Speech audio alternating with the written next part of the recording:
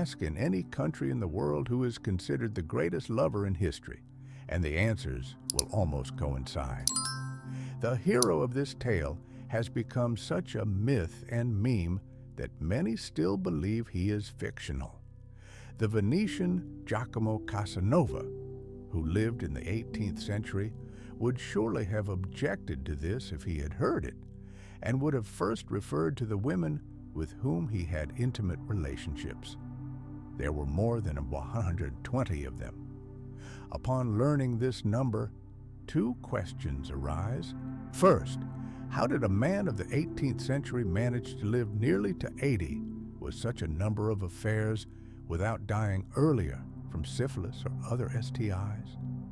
Second, how did a person with Casanova's appearance, an angular face, a large nose, and a prominent forehead, amass such an impressive list of lovers? He hardly resembled a sex symbol. However, appearance is not the only ace up his sleeve.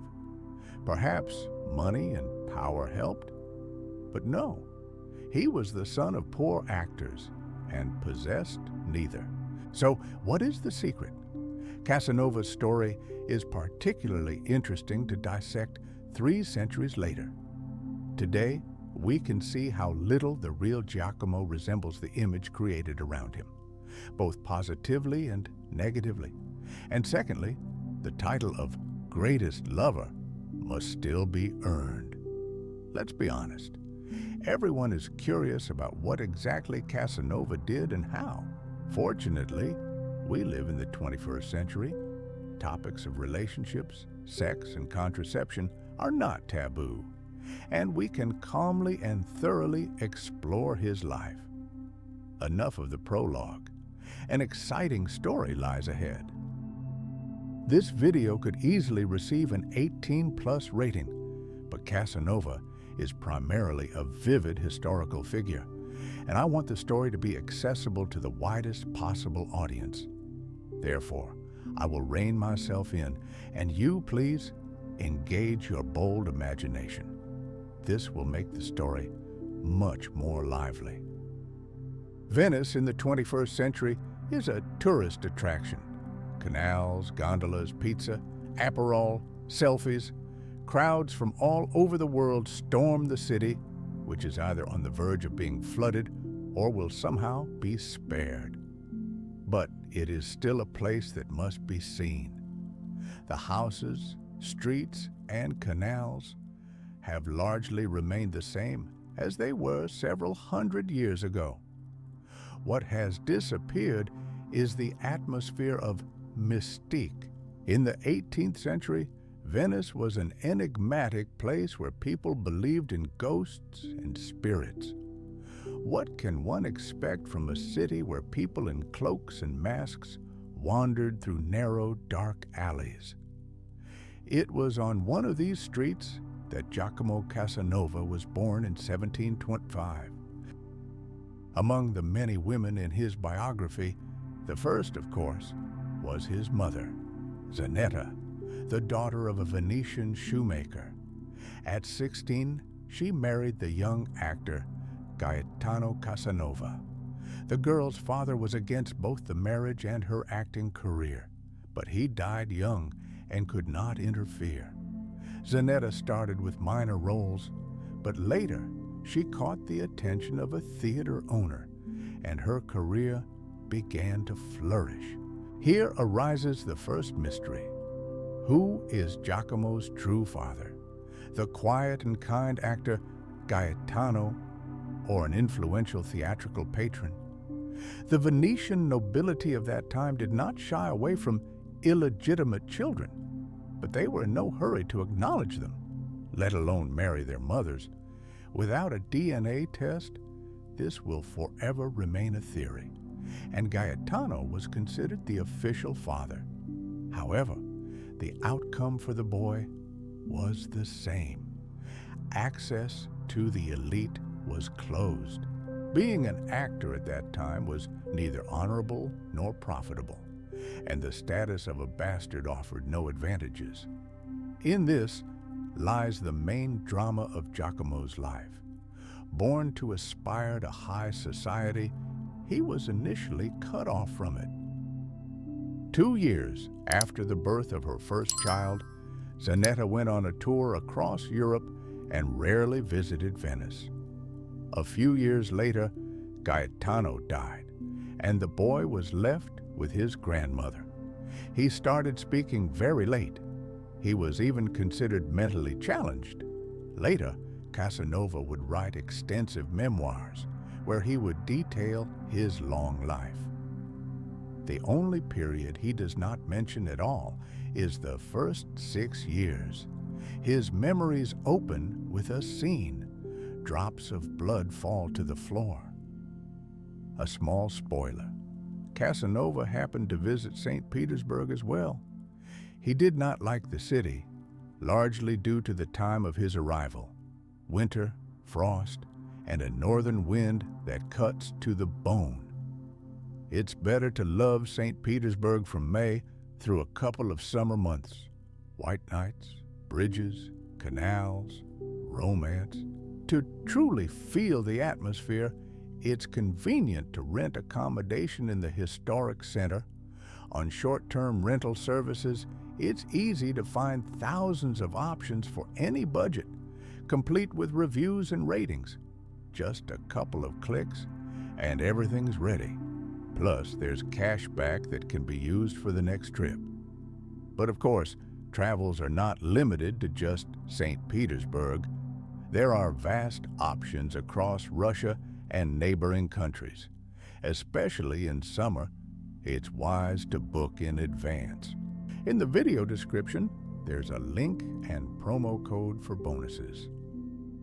Immediately after his father's death, 6-year-old Giacomo began to experience severe nosebleeds.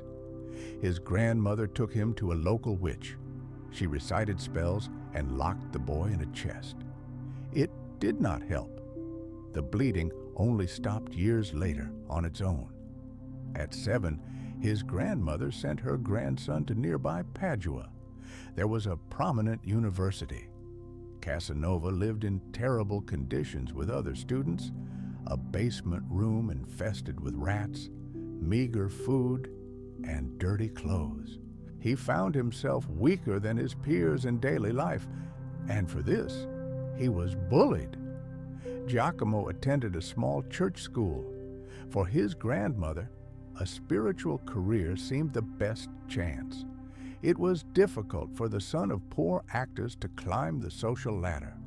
In theory, one could marry into nobility, but in practice it was nearly impossible. In Venice, there was even a law: aristocrats only married aristocrats. Another path was to pursue a trade, following in the footsteps of his shoemaker grandfather. This would provide sustenance, but promised no wealth. However, a clerical path offered both education and the prospect of financial stability. Indeed, even without considering his later biography, it was clear that a successful priest was unlikely to emerge from Casanova. Several important events occurred during his time at school. Perhaps the most significant was his first love. The teacher had a younger sister, Bettina. She clearly favored Giacomo, and it seemed they had intimate moments together, but Bettina was not at all attached to him. He felt jealous. According to his recollections, it was during this time that he discovered a feeling that would become his lifelong passion. Another trait emerged: painful criticality. He told the priest teacher that the idea of creating the world out of nothing was absurd. When an exorcist was called for Bettina due to a strange illness, Giacomo, observing the ritual, loudly proclaimed that what was happening was a scam. It later turned out that the girl simply had a common case of chicken pox. This blend of curiosity, skepticism, and future cynicism coexisted within him alongside excellent academic performance. By his own account, He entered the University of Padua at the age of 12, although documents indicate a later date. He was drawn to medicine, but he continued to study civil and canon law, preparing for a career as a cleric. During his studies, a lot was set in motion. At times, he returned to Venice and found his first patron there, an elderly senator named Malperi. Through the senator's patronage, Giacomo was entrusted with preaching, a respected and promising task. Meanwhile, a social life unfolded at his patron's house. In the temple, Casanova was a modest, clean-shaven cleric, while in salons, he donned a powdered wig and fashionable suit. These two roles did not conflict in his mind. The same applied to his relationships with women. He genuinely did not understand why serving God should interfere with love. He courted a girl named Angela, with courting implying sex. Angela would only agree to his advances on the condition that he would marry her. She clearly underestimated who she was dealing with. Instead, Giacomo began an affair with her two sisters.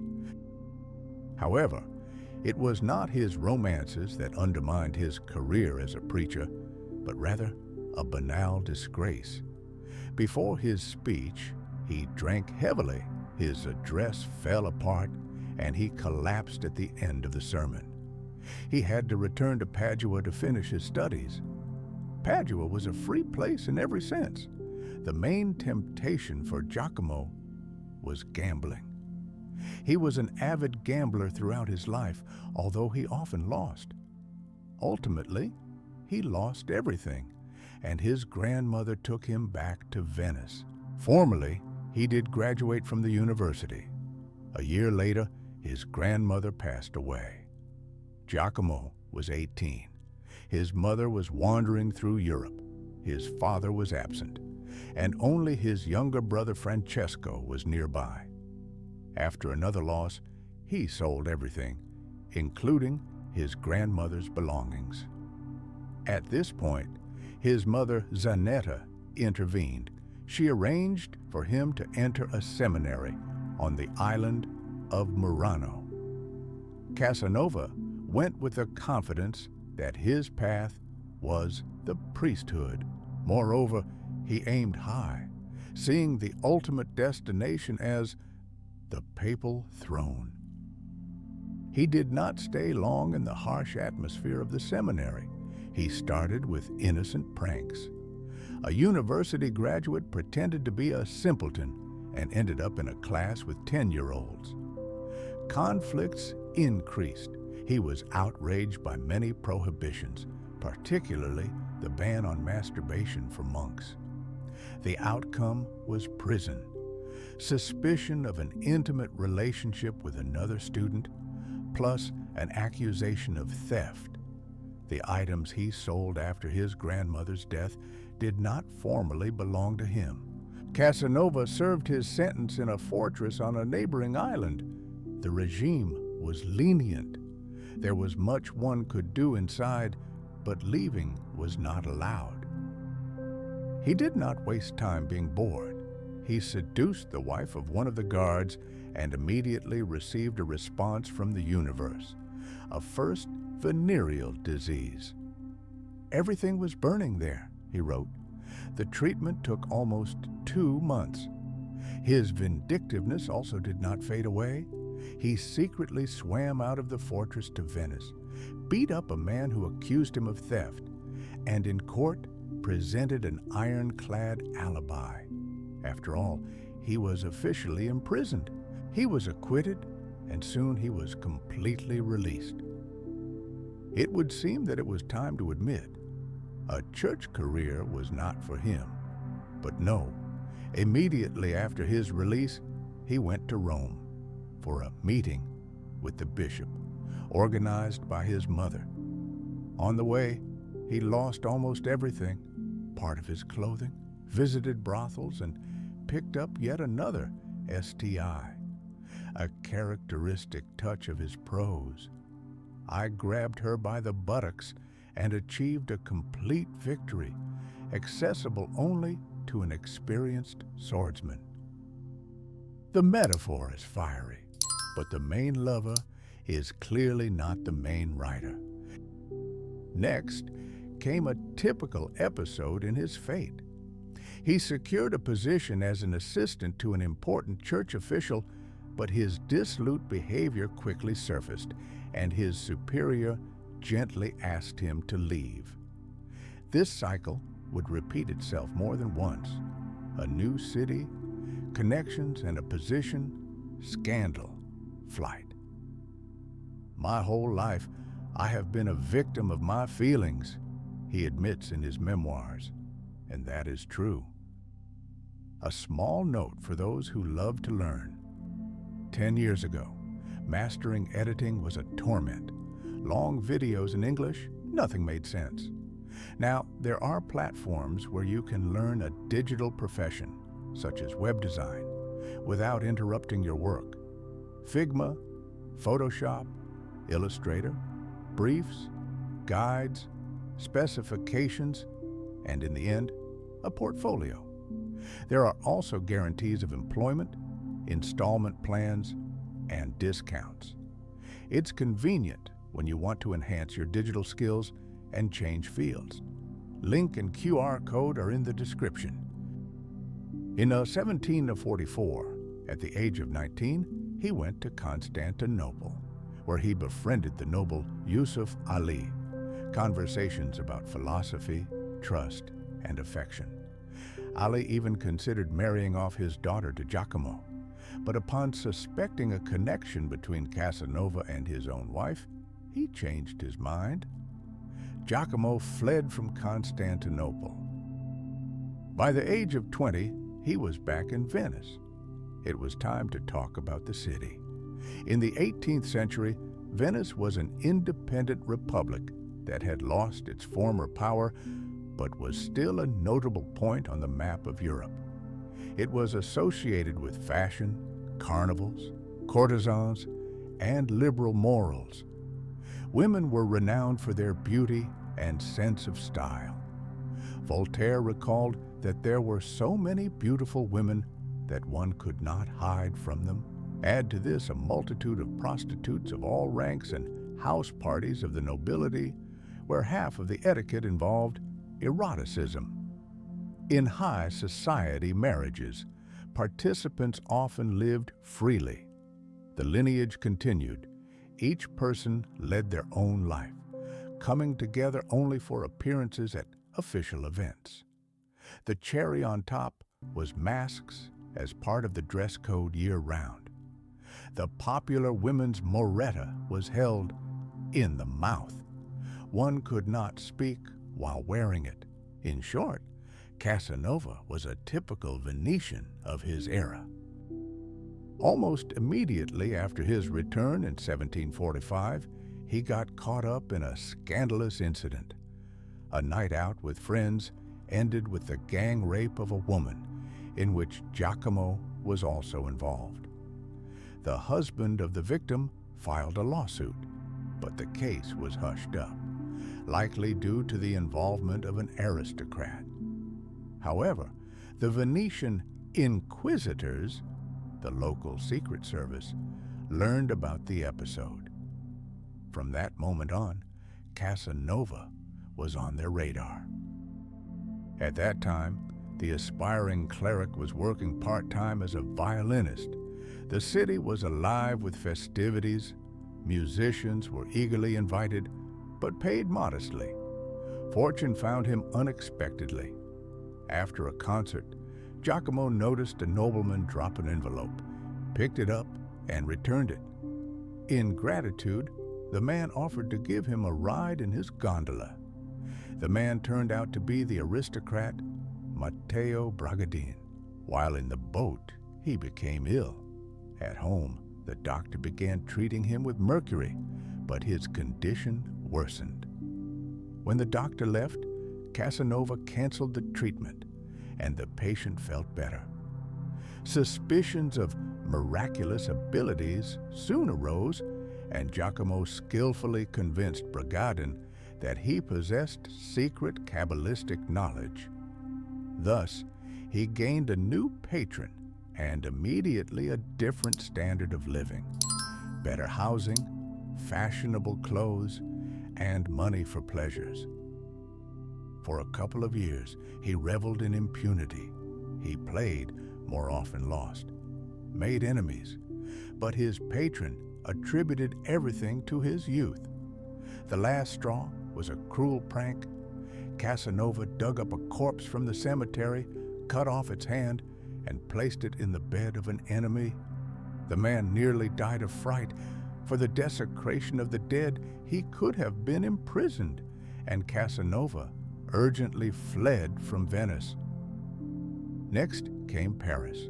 Freemasons, the French language, royal events, and brothels. The love carousel repeated itself. Connections, STIs, treatment, new connections. His health, it must be said, was robust. Contraception also helped.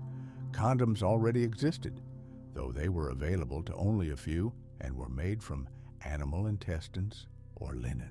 There is an engraving from the 19th century showing Casanova testing the reliability of a product. Likely at that time, he became convinced that they did not provide 100% protection. To avoid the impression that he was a completely unfeeling adventurer, in addition to his communication talents, he could have made a decent playwright. In Dresden, where his mother lived at the time, he wrote several plays. They were staged and did fairly well. However, it seems he grew bored with it.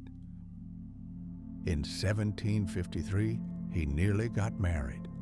The girl's name was Caterina, and their relationship seemed serious. The problems were that she was of higher status. She was 14, and he was twice her age. It seemed that Bragadin's word would help, but the father agreed to give his daughter away only on the condition that the son-in-law would secure a stable position, and not for another 4 years. Was Giacomo willing to wait? The rhetoric is clear. Life in Venice returned to its usual rhythm: women, cards, parties. From women came diseases, in cards came losses, and at receptions, he had a sharp tongue that provoked the nobility. The inquisitors were closely monitoring him. They suspected fraud, theft from his patron, connections with Freemasons, and blasphemous remarks. Bragadin warned him, "Leave." Casanova stayed, unaware that a warrant for his arrest had already been signed. Alive or dead. They came to apprehend him with a whole crowd. At 30 years old, he found himself in the prison of the Doge's palace. The sentence was harsh: 5 years. Giacomo, of course, had no intention of serving that long. The cell was a solitary one, dark, with a low ceiling, a bench and buckets, and rats were the only neighbors. At Bragadin's request, they provided a bed, a chair, and warm clothing. Almost immediately, Casanova began to devise an escape plan, as if from the Shawshank Redemption. During his walks, he found an iron bar, smuggled it inside, and spent weeks sharpening it. Then he started scraping the wooden floor. Beneath the cell was a guard room. On holidays, there would be no one there. He could escape. He even discouraged the jailers from cleaning so they wouldn't notice any traces. When the tunnel was almost ready, they assigned him a cellmate, a suspicious character. He had to halt his work. A few weeks later, Casanova was transferred and he had to start over. Just a couple of days before the long November holidays, everything was ready. Freedom smelled very close, and then conditions improved. He was moved to a better cell. The plan was uncovered, traces were noticed, but he had kept his tools. He devised a new route through the neighboring cell where a former priest was willing to help. He only needed to pass the tools. Giacomo hid the sharpened bar inside the Bible. Asking the guards to pass the book was risky. They would discover everything. So he prepared a dish of pasta for the neighbor and concealed the Bible inside it. The priest made a hole in the ceiling and disguised it with an icon. They set the escape date for October 31st, 1756. There would be gaps in the guard shifts. The only obstacle was the devout cellmate of Casanova, who had been assigned shortly before the escape. To prevent him from revealing their plan, Giacomo warned him that on that day, an angel would burst into the cell and break a hole in the wall. And so it happened. Only the angel turned out to be his neighbor. They made it to the roof, waited for darkness, descended using tied sheets, and jumped into the first gondola they found. After his legendary escape, he headed to Paris. There, he found connections, money, enlightenment, and technology. And against the backdrop of the French capital, Venice appeared provincial. Paris was also renowned for its respectable brothels. Men came there to dine, chat, and spend time with women. It had a curious payment system. You paid for time, and within that unlimited time frame, all services were available. In Paris, 31-year-old Casanova earned serious money for the first time. He participated in organizing the first French lottery. He established numerous connections, from high-ranking officials and philosophers to courtiers. Jean-Jacques Rousseau, Count Saint-Germain, Madame de Pompadour, and others. Through his connections, he was entrusted with a state matter. He became a French spy and went to Dunkirk to observe the British fleet. The admiral later acknowledged the report as valuable and accurate. However, it remained a mystery to Casanova why the mission was paid so generously. An ordinary sailor could have handled it. Next came an economic mission in Amsterdam, the financial capital of Europe. He sold French securities, replenishing the treasury. There, he also bought a silk factory and failed. Such a business requires discipline and routine, and Casanova were incompatible. Time was spent on workers, especially female ones, gifts and expenses, while oversight was at the bottom of the list. The money evaporated. He was imprisoned for debts, but thanks to connections, he was released, and he left Paris. Once again, he wandered through Europe. In Zurich, Switzerland, he suddenly decided to settle down and return to his roots. He wanted to enter a monastery. This lasted only a few days. A beautiful woman, a new illness, and the dream of taking vows evaporated. In Paris, he tried to deceive an elderly marchioness. He promised to restore her youth through magic. She fell for it, losing her jewels and money. For Casanova, this brought nothing but a ruined reputation. In the French capital, he was now known as a fraud. He traveled from country to country, trying to replicate his success with the lottery, but it didn't work out in England or elsewhere. Finally, at the end of 1764, he found himself in the Russian Empire, St. Petersburg, Moscow, meetings with influential figures, and even with Catherine II. Casanova's ideas were not accepted. In Poland, he clashed with an officer, over a woman, of course. The duel ended with serious injuries for both. Doctors insisted on amputating his arm, but he refused, and miraculously, it healed. By the mid-1770s, Casanova was famous throughout Europe, but for dubious reasons: fraud, theft, immorality. In some countries, he was banned from entry. At nearly 50, he decided to return to Venice. About 20 years had passed since his escape. Many of his patrons had died. Giacomo himself had noticeably changed. His tumultuous life and a series of venereal diseases had taken their toll on his appearance. He felt the effects of time. His accustomed lifestyle no longer suited him in matters of love and in seeking new patrons. During this period, he saw Bettina again, his first love. She was on her deathbed.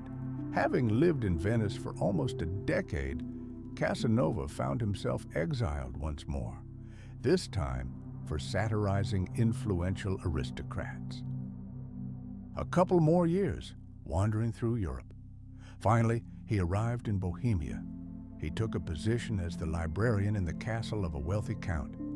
There, Giacomo died at the age of 73. Before his death, he completed his main work, the memoirs, The Story of My Life, 12 volumes, over 3,000 pages. Thanks to them, we know much of this history. But the main question remains, how much of it is true? Some dates and events are confirmed by documents and testimonies. As for his romantic exploits, there's no way to verify them. Were there many? Yes. Did they exceed 100? How many children did he leave behind? All these are questions without answers. One thing can be said for certain. Even if one believes every word of Casanova in the 21st century, he does not appear as the great lover. Rather, he seems like a sociopath, partly a rapist, and a person with serious psychological trauma from his childhood. His mother, who abandoned him, that is the gaping void he spent his entire life trying to fill with something.